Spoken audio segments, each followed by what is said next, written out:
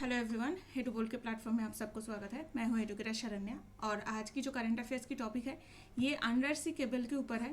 तो साइंटिफिक कोई भी अगर टॉपिक होता है एंड वो न्यूज़ पे अगर है तो उस वो बहुत ही बेसिकली इंपॉर्टेंट होता है। स्पेसिफिकली प्रीलिम्स में तो बहुत सारे स्टेटमेंट पूछे जाते हैं इसके ऊपर।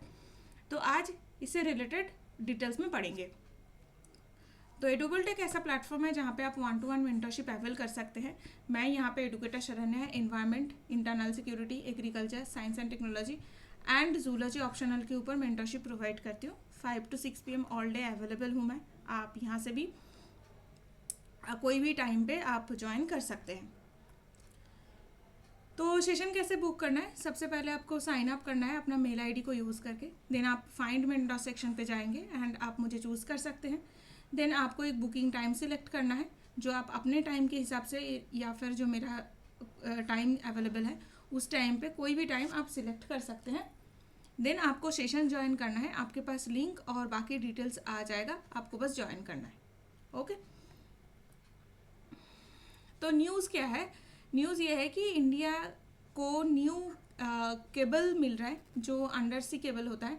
जो मिला है वो एक्चुअली ऑनलाइन होने वाला है, मतलब वो फंक्शनल होने वाला है। तो ये अंडर सी केबल क्या होता है, कहाँ से होता है, ये सब बात करेंगे। जैसे कि ये जो अंडर सी केबल है वो एयरटेल का है and Airtel two Africa Pearls system के अंदर है। तो पार्ल सिस्टम क्यों कहा जा रहा है? क्योंकि अगर आप देखेंगे तो अंडर सी केबल ऐसे बीच बीच में ऐसे रेड रेड डॉट टाइप रहता है ताकि आपको पता चले कि ये अंडर सी केबल है। ऊपर से इसको ऐसे मोती की तरह दिखता है, इसीलिए इसे पार्ल सिस्टम कहा जा रहा है। ओके। जो बेसिकली एक इन्वेस्टमेंट है फेसबुक के जो पेरेंट कंपनी है मेटा, उसकी इन्वेस्टमेंट है। ठीक है। तो ऐसे पार्ल की तरह दिखता है, इसीलिए इसको पार्ल सिस्टम कहा जा रहा है। इसमें क्या होगा, 100 टेराबाइट की स्पीड इंडिया की जो इंटरनेशनल बैंडविड्थ है उसमें ऐड होगी। इंडिया की जो इंटरनेशनल इंटरनेट बैंडविड्थ है उसमें 100 टेराबाइट और स्पीड ऐड होगी। ठीक है। तो अंडर सी केबल क्या होता है? ये बेसिकली एक कनेक्टिंग लिंक है वर्ल्ड के इंटरनेट नेटवर्क का। तो इंडिया में कौन ये करते हैं? ब्रॉडबैंड। तो ब्रॉडबैंड के जो पहले केबल्स हुआ करता था लैंडलाइन फ़ोन के साथ, वो एडेड होके आता था। तो वैसे ही वो भी एक ऑप्टिकल फाइबर की तरह लिंक था।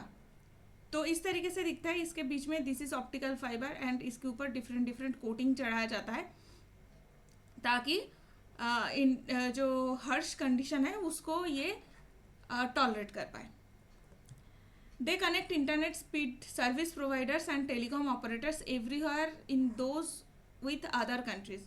तो दूसरे कंट्री के जो सर्विस प्रोवाइडर्स है एंड टेलीकॉम ऑपरेटर्स है उसके साथ ये कनेक्ट करते हैं। जैसे एयरटेल का ब्रॉडबैंड है, एयरटेल का ऑप्टिकल फाइबर है, वैसे ही जियो का है, वैसे ही वोडाफोन आइडिया का है। तो सबका ही अलग अलग है। This cables are few inches thick, तो कुछ इंच तक ये थिक होता है एंड हेवीली पैडेड, तो बहुत ज़्यादा कोटिंग रहती है। This is called padded coating, ताकि ये सी फ्लोर की जो हॉस्टाइल एनवायरनमेंट है उसको टॉलरेट कर पाए। ठीक है। तो ये बेसिकली हमारे जो मोबाइल टावर्स होते हैं एंड राउटर्स होते हैं उसी की तरह सिमिलर तरीके से ये कनेक्ट करता है। और ये समुंदर के थ्रू अंडर सी जा रहा है। तो ये क्या करता है कि इसमें नॉर्मली जो ब्रेकेज है वो थोड़ा कम होता है एंड लार्ज वॉल्यूम डेटा ये क्विकली ट्रांसपोर्ट कर सकता है क्रिस क्रॉस द अर्थ। तो अर्थ के चारों तरफ जो डेटा है वो लार्ज वॉल्यूम में ये कैरी कर सकता है। डेटा कैरिंग कैपेसिटी बहुत ज़्यादा है, कैरिंग कैपेसिटी बहुत है।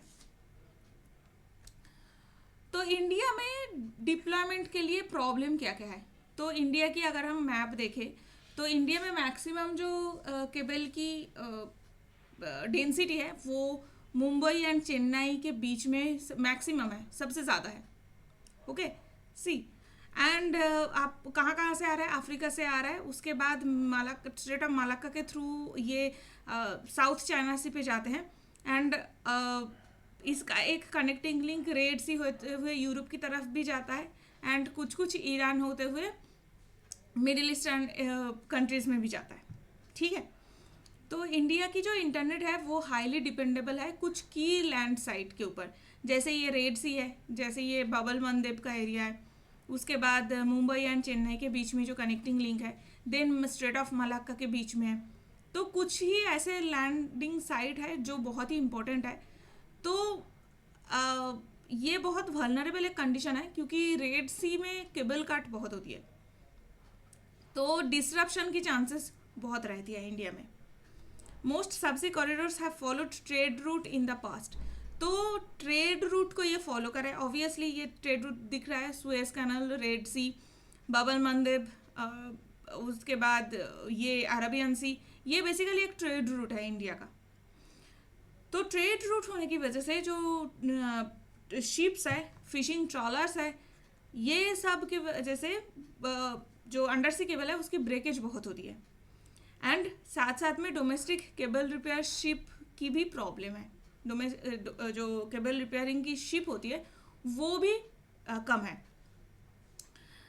तो अगर रेड सी में कोई ऐसा डिसरप्शन है, अगर इस एरिया पे कोई डिसरप्शन होता है तो 25% इंडिया की जो टोटल केबल है वो कट डाउन हो जाएगा। तो इंटरनेट नेटवर्क 25% तक कट डाउन हो सकता है। और ये ऐसे थियोरिटिकल भी नहीं है, ये बेसिकली कुछ साल पहले बाबल मंदब स्ट्रेट में हूथी जो रेबल्स थे उनके स्ट्राइकिंग की वजह से ऑलरेडी एक बार हो चुका है। तो ये जो 25% का डेटा है ये कोई थियोरिटिकल डेटा नहीं है, एक्चुअली हो चुकी है।